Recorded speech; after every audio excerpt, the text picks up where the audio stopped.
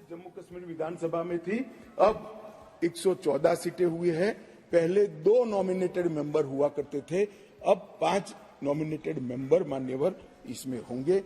जम्मू कश्मीर के कानून के हिसाब से 2 महिलाओं को राज्यपाल द्वारा मनोनीत किया जाता है और धारा 15 के अनुसार किया जाता है। और अब इसमें कश्मीरी प्रवासियों में से 2, जिसमें से 1 महिला, और पाक ऑक्यूपाई कश्मीर से 1 नामांकन किया जाएगा। मान्यवर, ये इसलिए संभव हुआ है कि 5 और 6 अगस्त को ये ऐतिहासिक बिल नरेंद्र भाई ने कैबिनेट में पारित किया और इस सदन ने इसको परमिशन दी, इसको मान्यता दी और धारा 370 चली गई। इसी का हिस्सा था ये डिलिमिटेशन कमीशन। मान्यवर, सुरक्षा का परिदृश्य में इस पर बाद में बात करूंगा। ढेर सारे सदस्यों ने इसकी चिंता भी व्यक्त की है, मैं भी चिंतित हूं, परंतु क्या हुआ है वो बताना ये मेरा फर्ज है, क्योंकि एक ओर से रिकॉर्ड पर चीजें आ गई है तो मुझे जवाब तो जरूर उसका देना पड़ेगा। और आज जो धारा 370 हटने के बाद क्या विकास हुआ, आतंकवाद तो अब भी चल रहा है, कश्मीरियत का कितना नुकसान हुआ, ये सारी चीजों के जवाब मैं बहुत डिटेल मान्यवर दूंगा। और ये दोनों जो संशोधन है वो संशोधन आने वाले दिनों में इतिहास इस सदन के इस प्रयास को और सदन के आशीर्वाद को हर कश्मीरी जो प्रताड़ित है वो याद रखेगा, हर कश्मीरी जो पिछड़ा है वो याद रखेगा कि नरेंद्र मोदी सरकार ने 70 साल से दर दर की ठोकरें खाने वाले भटकते हुए अपने ही देश के भाइयों बहनों को न्याय दिलाने के लिए उनको 2 सीटें का रिजर्वेशन दिया और अपना देश छोड़कर पाक ऑक्यूपाई कश्मीर से यहाँ शरणार्थी बने हुए लोगों को रिजर्वेशन दिया। और जो डिप्राइव थे उनको, कमजोर लोग ऐसे अपमानित करने वाले शब्द की जगह पिछड़ा वर्ग का संवैधानिक शब्द इनके लिए रखकर आज ये बिल लगभग आए। इन्होंने क्या कहा, कई सदस्यों ने पूछा कि क्या हुआ है इनके लिए, विस्थापितों के लिए क्या हुआ है, रिजर्वेशन देने से क्या होगा। रिजर्वेशन देने से उनकी आवाज कश्मीर की विधानसभा में गूंजेगी और फिर कोई ऐसी स्थिति करना जाएगा तो नहीं रोकेंगे वो, क्योंकि उनकी आवाज वहां। मान्यवर, इसके अलावे 5675 कश्मीरी विस्थापित परिवार आज रोजगार पैकेज का फायदा उठा रहे हैं। ऐसे कर्मचारियों के लिए 6000 फ्लैट बनाने का प्रोजेक्ट था जो नहीं समाप्त हुआ, 14 से शुरू हुआ, मगर अब राष्ट्रपति शासन डालने के बाद लगभग 880 फ्लैट्स बन गए हैं और उनको हैंडओवर करने की प्रक्रिया चालू है।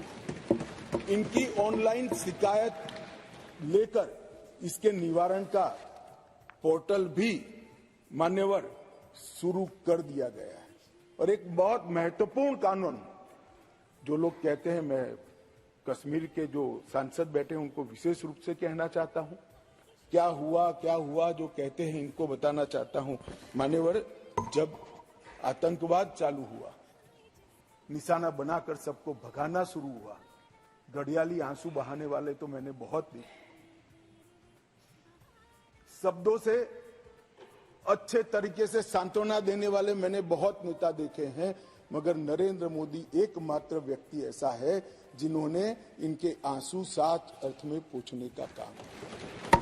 मान्यवर, उनकी पीड़ा का हम कल्पना नहीं कर सकते, जो करोड़ों रुपए का प्रॉपर्टी वहां छोड़कर जान बचाने के लिए कहीं बेंगलुरु, कहीं अहमदाबाद, कहीं दिल्ली, कहीं जम्मू में जाकर कैंप में रहे हैं, अपने स्तर से बहुत नीचे जीवन जी रहे हैं। इनकी पीड़ा की कल्पना हम नहीं कर सकते बाकी के देश के हिस्से में रहकर, मगर जब वहां से भागे वो, करोड़ों रुपए की संपत्ति किसी ने कब्जा ली। कब्जा लेने के बाद कहा कि अब तुझे कुछ नहीं मिलेगा, मैं जो देता हूं वो ले लो, औने पौने दाम में करोड़ों रुपए की संपत्ति एक प्रकार से छीन ली गई और प्रशासन चुपचाप बैठा, चुपचाप बैठा, कोई कदम नहीं उठाए। और मान्यवर, हमने इसका रास्ता ढूंढा, नया कानून बनाया और वो रिट्रोस्पेक्टिव इफेक्ट से उनको वापस देने का काम भारतीय जनता पार्टी की नरेंद्र मोदी सरकार। ये पूछते हैं क्या हुआ, क्या हुआ था वो भी बताया और अब क्या हुआ वो भी बताया। और बहुत बोले हो, धैर्य रखना सुनने का, आज जरा धैर्य रखकर सुनना।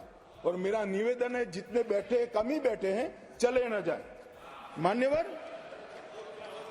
अधिवास प्रमाण पत्र लगभग 1.6 लाख लोगों को अधिवास प्रमाण पत्र देने का काम ये भारतीय जनता पार्टी की सरकार ने। नरेंद्र मोदी जी के प्रधानमंत्री बनने के बाद प्रति व्यक्ति 3250 रुपया और अधिकतम सीमा परिवार में 13,000 रुपया कैश डॉल दिया जाता है इन लोगों को। प्रति व्यक्ति 9 किलो चावल, 2 किलो आटा और 1 किलो मासिक चीनी देने का काम हमारी सरकार करती है माननीय। और पाक ऑक्युपाई कश्मीर से जो लोग आए थे उनको एक मुश्त 5.5 लाख रुपया एक साथ देने का काम ये नरेंद्र मोदी। जो लोग कहते थे कि क्या हुआ, आप तो मूल से ही कटे हो साहब, मूल के साथ संपर्क ही नहीं, कैसे मालूम पड़ेगा बदलाव क्या हुआ। इंग्लैंड में वैकेशन कर कर जम्मू कश्मीर के बदलाव का अनुभव नहीं कर सकते हो मान्यवर। हमने दादा बैठो, दादा बैठो, आपको नहीं कह रहा हूं दादा, बैठ जाइए। आप कहां कश्मीरी हो?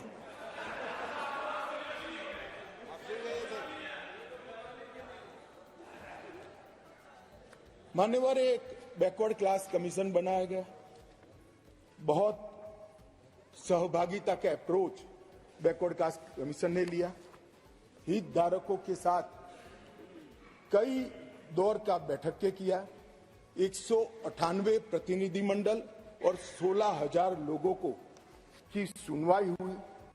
750 दिन ये प्रक्रिया चली, सभी डिस्ट्रिक्ट में जाकर ये सुनवाई की गई और लगभग 26,000 से ज्यादा पोस्ट में मिली हुई लिखित अर्जियों को भी संज्ञान में ले लिया गया। और जम्मू कश्मीर आरक्षण अधिनियम, इसके अंदर सुधार करने का अभी जो आया है उसमें से एक मूल तत्व, बाकी के 2 बिल तो ST department, schedule tribe department और पिछड़ा वर्ग डिपार्टमेंट लेकर आएंगे, मगर अभी एक तत्वतः फेरफार किया है, बदलाव किया है। जो मसूदी साहब कहते थे कि पहले भी था, हाँ था, पहले था, परंतु कमजोर वर्गों के लिए था। इसकी जगह संवैधानिक नाम अन्य पिछड़ा वर्ग देकर उनका सम्मान करने का काम नरेंद्र मोदी जी। यहां कांग्रेस के ढेर सारे मित्र बैकवर्ड क्लास करते हैं। कुछ नेता होते हैं जिनको हाथ में कुछ लिखकर पकड़ा लो तो 6 महीने नया कागज ना आए तब वही बोलते रहे, बैकवर्ड क्लासेस। भाई पहले आपका इतिहास तो देखो मान्यवर। मैं ऐतिहासिक सत्य के साथ इस सदन के अंदर स्टेटमेंट करने में झिझक नहीं रहा हूं कि बैकवर्ड क्लास का सबसे बड़ा विरोध और बैकवर्ड क्लास को रोकने का काम कोई एक पार्टी ने किया है तो कांग्रेस पार्टी ने किया। मान्यवर, आज मैं पूछना चाहता हूं सदन के, पवित्र सदन के अंदर खड़े रहकर, पिछड़ा वर्ग आयोग को 70 साल से संवैधानिक मान्यता नहीं दी जाती थी। क्यों नहीं दी जाती थी? क्यों उनको सम्मान नहीं मिलता था, जबकि संविधान का मैंडेट था, मगर नहीं दिया गया। नरेंद्र मोदी जी ने इसको संवैधानिक मान्यता देने का। मैं आज पूछना चाहता हूं इस सदन के अंदर जो आम सभाओं में बैकवर्ड क्लास कर घूमते हैं, मैं फिर से कहता हूं उनको मालूम नहीं है इनकी पार्टी ने क्या किया है।